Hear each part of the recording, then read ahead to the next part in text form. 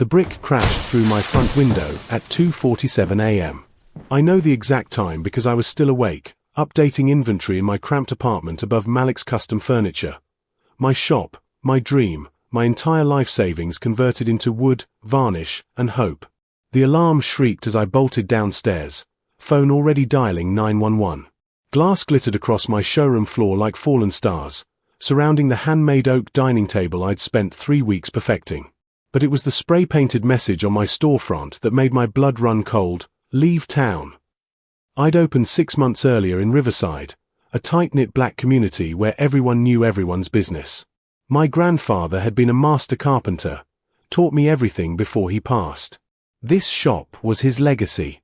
The police arrived, Officer Kelly taking photos while I swept glass with shaking hands. "Any enemies, Mr. Ortiz?" he asked. I thought of Clara Hartley, whose family owned Hartley's Home Goods 3 blocks down. We'd dated briefly in high school, ended badly when I chose college over staying local. But that was 12 years ago. Ancient history. Nobody I can think of, I lied, not wanting to sound paranoid. Kelly handed me an incident report and left. As his taillights disappeared, I noticed something wedged in the brick, a small piece of paper. I unfolded it with trembling fingers. 5 words in Clara's distinctive loopy handwriting: "This is just the beginning." My stomach dropped. What had I done to deserve this? The next morning, I installed temporary plywood over the broken window, each hammer strike echoing my frustration. Ms. Hudson from the bakery next door brought coffee, her weathered face creased with concern. "Malik, baby, what happened?" I showed her the note. Her expression shifted from sympathy to something darker: recognition. "The Hartleys don't like competition," she said carefully. "When the Kelly family opened their hardware store in 2015, mysterious things happened. Vandalism, bad reviews from fake accounts, suppliers suddenly refusing service. They closed within 8 months. My blood chilled. You think Clara? I think her daddy runs this neighborhood like his personal kingdom, and Clara's his princess. Your furniture shop is cutting into their home goods business." Ms. Hudson squeezed my shoulder. "Be careful, son. They got connections." I wanted to dismiss it as paranoia, but that afternoon, 3 suppliers I'd worked with for months called to discontinue our relationship. No explanation, just sudden termination. When I pressed the 3rd one, a man named Antoine who'd always been friendly, he sighed. "Look, Malik, I got bills to pay. Carson Hartley suggested I focus on other clients. I can't afford to upset him." That evening, I drove past Hartley's Home Goods. The massive store occupied a full block, established 1987 emblazoned above the entrance. Through the window, I saw Clara restocking shelves, her brothers Maurice and Glenn laughing nearby. The family empire, built on intimidation. I wasn't leaving. Grandfather didn't raise a quitter. 2 weeks later, business was struggling but steady. I'd found new suppliers in neighboring towns, determined not to be driven out. Then Anna Morgan walked in, a beautiful woman with intelligent eyes and a warm smile. "I need a custom bookshelf," she said, showing me sketches. "My son's starting middle school, needs proper study space." We talked for an hour about dimensions, wood types, her dreams for her kids' education. She reminded me why I loved this work, creating pieces that became part of people's lives. "I'll have it ready in 3 weeks," I promised. She paid the deposit, and as she left, I felt hope rekindling. Maybe I could survive this. That night, I stayed late sanding wood, lost in the rhythm. Around 11 p.m., I heard voices outside. Peering through the window, I saw 2 figures spray painting my storefront. My heart hammered as I grabbed my phone, recording video. The streetlight illuminated their faces, Maurice and Glenn Hartley. They worked quickly, painting slurs I won't repeat, laughing like it was a game. I called the police, but by the time Kelly arrived, they'd vanished. The video clearly showed their faces. "We'll follow up," Kelly said, but his tone suggested nothing would happen. "The Hartleys are well connected. You might want to consider moving locations, Mr. Ortiz." "I'm not going anywhere," I said through clenched teeth. That's when I realized I needed security cameras, real ones, recording 24/7. If the Hartleys wanted war, I'd document every battle. I spent $3,000 I couldn't afford installing a professional security system. 8 cameras covering every angle, cloud backup, night vision. The technician, an older black man named Curtis, noticed my boarded window. Hartley trouble. When I nodded, he didn't charge for the motion sensor lights.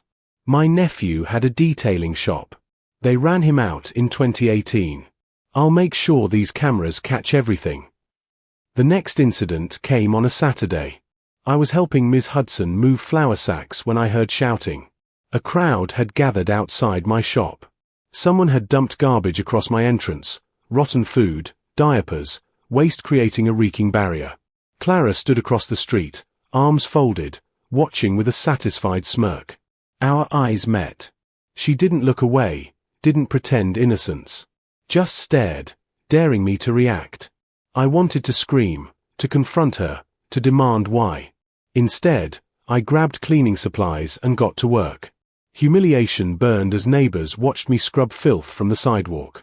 But the cameras had recorded everything, including a pickup truck with distinctive flame decals dumping the trash. Maurice's truck. That evening, Anna called. "Mr. Ortiz, I heard what happened. I'm so sorry. This town, sometimes it's ugly." Her kindness nearly broke me. "I'm still coming for my bookshelf," she added firmly. "Don't let them win." But I was losing. Foot traffic had stopped.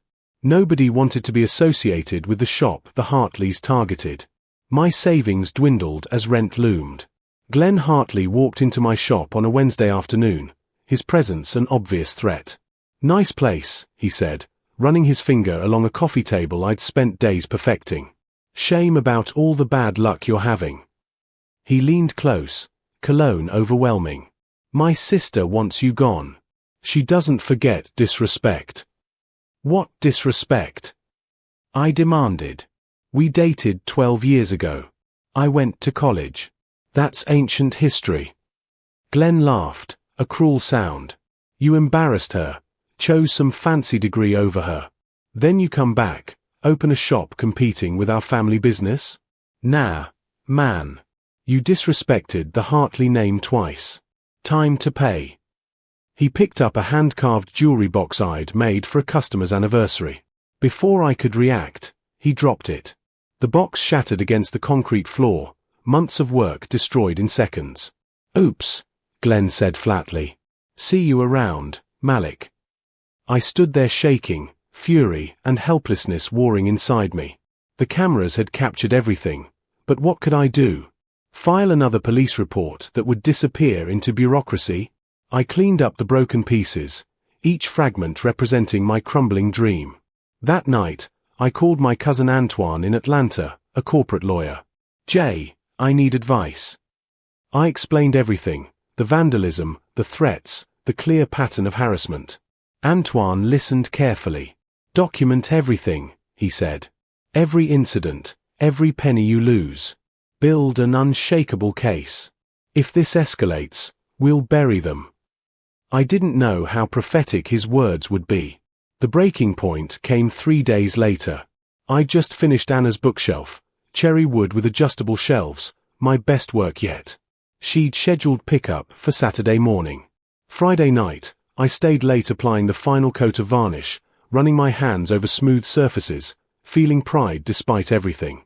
This piece represented survival, proof I could still create beauty amid chaos. I left around midnight, setting the alarm, triple-checking the locks. The cameras recorded me leaving, recorded the empty shop, recorded everything that happened next. At 3:17 a.m., my phone exploded with alerts. The security system detected movement. I pulled up the live feed, and my world stopped. Maurice and Glenn Hartley stood in my shop. They'd broken in through the back door. For 10 minutes, I watched helpless as they destroyed everything. They overturned furniture, shattered displays, took hammers to my equipment. Anna's bookshelf, they spray-painted it, then smashed it to pieces. But the worst part came when Clara walked in. She'd been waiting outside, directing her brothers like a general commanding troops. She picked up my grandfather's antique hand plane, the only tool I had left of his, and looked directly at the camera. She knew I was watching. Then she dropped it deliberately, crushing it under her designer boot. I was already in my car, racing toward the shop, but they'd vanished before I arrived. My shop was a war zone, $60,000 in damage, maybe more. Everything destroyed. I sat on the floor surrounded by ruins and cried. Officer Kelly took the report with genuine sympathy this time. The security footage was damning, crystal clear faces, deliberate destruction, Clara's leadership obvious. This is serious, Mr. Ortiz. Breaking and entering, vandalism, conspiracy. We'll make arrests. But his eyes held doubt. The Hartleys will lawyer up fast. Carson Hartley knows every judge in the county. I called Antoine, who drove up that weekend. He watched the footage 3 times, taking notes. This is gold, he said grimly. We're not just talking criminal charges.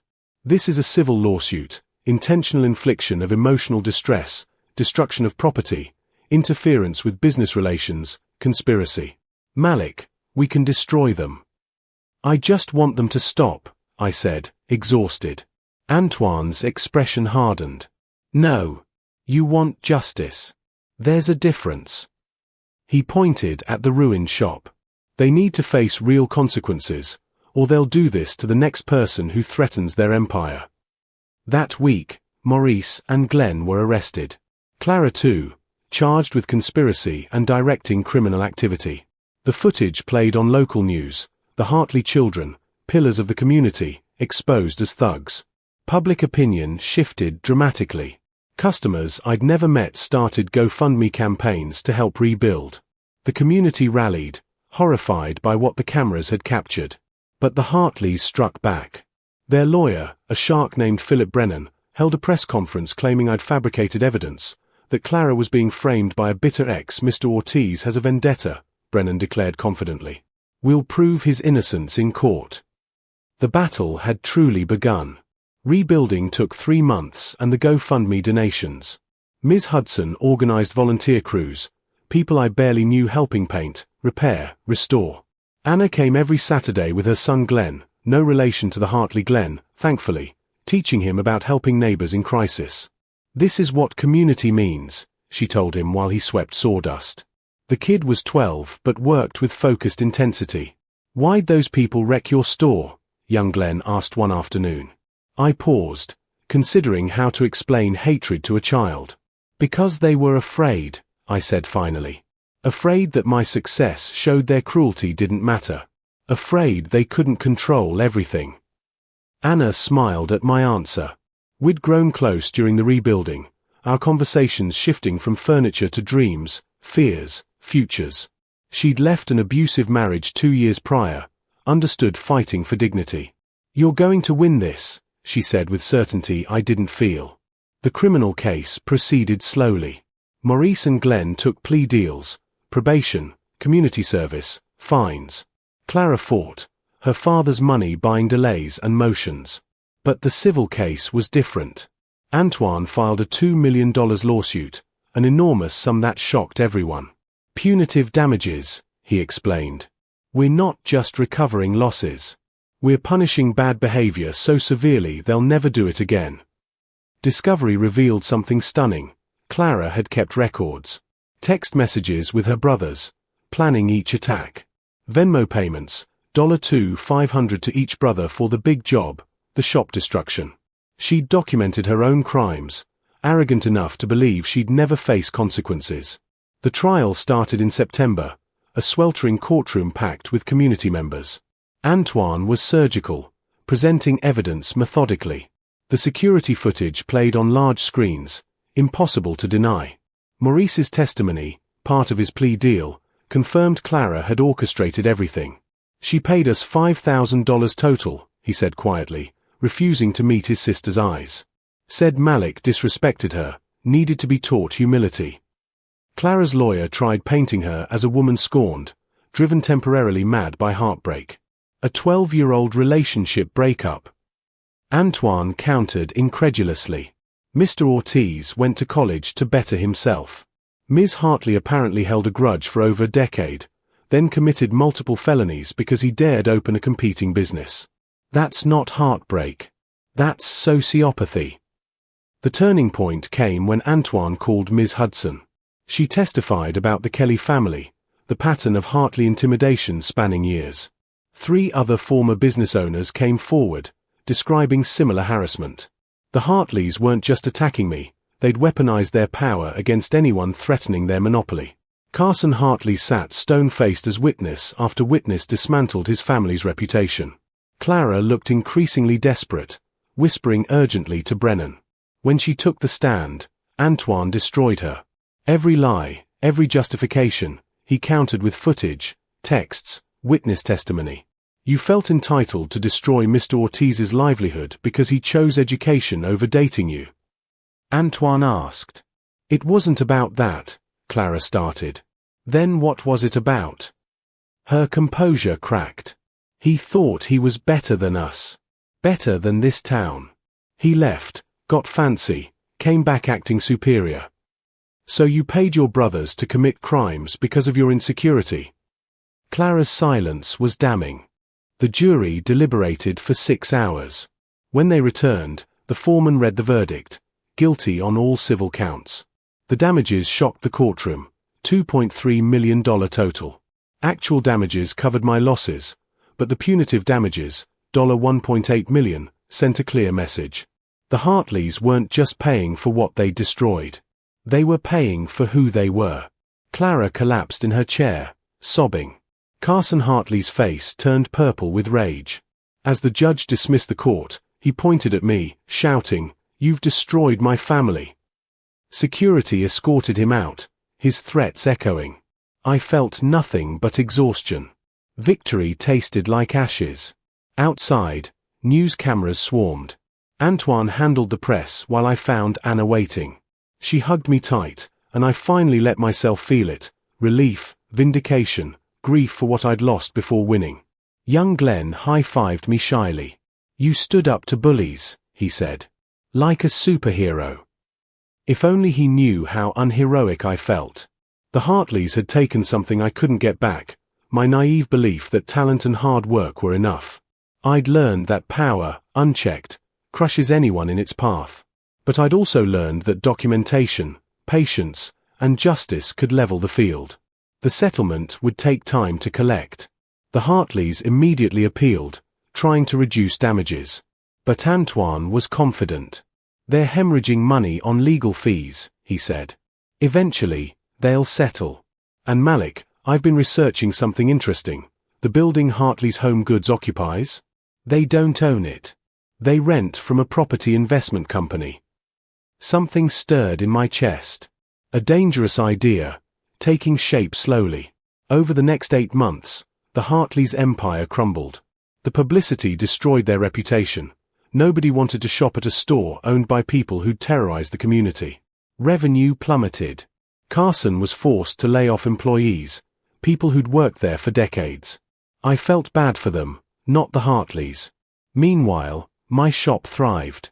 The publicity brought customers from across the state, people wanting furniture made by that guy who stood up to bullies. I hired 2 employees, both young black craftsmen grateful for the opportunity. Business was so good I started looking at expansion possibilities. That's when Antoine called with interesting news. The Hartley building is going up for sale. The property company is liquidating assets. I pulled financials. They're asking $1.2 million. He paused meaningfully. "You could buy it, Malik." My heart stopped. "Buy the building they're renting. With the settlement money, you'd have enough. You'd become their landlord. You could." He didn't need to finish. "Revenge. Cold, calculated, perfectly legal revenge. I could evict them, end their business the way they tried ending mine." The poetic justice was almost too perfect. But was I that person? Did I want to become what I'd fought against? I drove past their store that evening. Through the window, I saw Clara at the register, her face haggard, aged beyond her 30 years. She'd lost everything too, her reputation, her family's respect, her freedom for a time. Maurice and Glenn had moved away, unable to face the community's judgment. Part of me felt satisfaction. Part of me felt empty. Anna found me there, recognized my car. "What are you thinking?" she asked gently. "Something I might regret," I admitted. "Or something I'll always regret not doing." I bought the building. Used $1.1 million from the settlement, took out a small business loan for renovations. The property company was thrilled for a quick sale. When the paperwork finalized, I owned the structure housing Hartley's Home Goods, and their lease came up for renewal in 60 days. Carson Hartley realized what happened when he received the renewal notice from my lawyer. He called me directly, his voice shaking with rage and something else, fear. "You can't do this," he said. "That store is my legacy. My father started it. Please, Malik." "Like I begged you to call off your daughter." I replied quietly. "Like I pleaded for mercy when she destroyed my livelihood." Silence. "You taught me an important lesson, Mr. Hartley. Power respects power. Nothing else."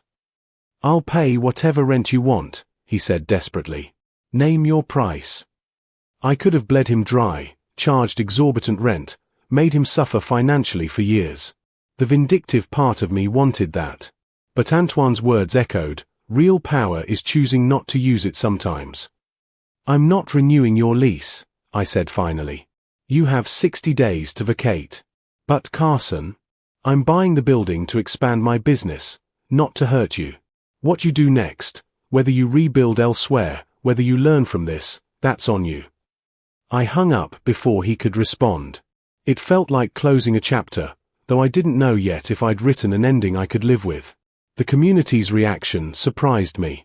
Some thought I was justified. Others, including Ms. Hudson, worried I'd become what I'd fought against. "Don't let hate poison you," she warned. The Hartleys vacated on day 59, clearing out in trucks loaded with 3 decades of inventory and memories. I watched from my shop window, Anna beside me. "How do you feel?" she asked. I searched for the right word. Not triumphant. Not guilty. Just finished. "Like I survived," I said finally. "That's enough." The new expansion opened 6 months later. I hired 5 of the laid-off Hartley employees, good people who'd lost jobs through no fault of their own. Ms. Hudson's bakery expanded into part of the space. The rest became a community workshop where I taught young people carpentry, passing on grandfather's legacy like he'd passed it to me. Clara sent a letter. No apology, just acknowledgement. "You won. I hope it was worth it." I didn't respond. Some wounds don't heal with words. Anna and I grew closer, our trauma bonding transforming into something deeper. Young Glenn started calling me Mr. Malik, learning woodworking after school. He had gentle hands, patient spirit, he'd make a fine craftsman someday. The legal battle, the destruction, the revenge, it had cost me innocence I'd never recover. But I'd gained something too, understanding that justice sometimes requires fighting fire with fire, that turning the other cheek works until it doesn't, that protecting yourself isn't the same as becoming your enemy. I wasn't proud of everything I'd done. But I'd survived. Thrived. Even. And in a world that tried to crush me for daring to dream, survival itself was victory.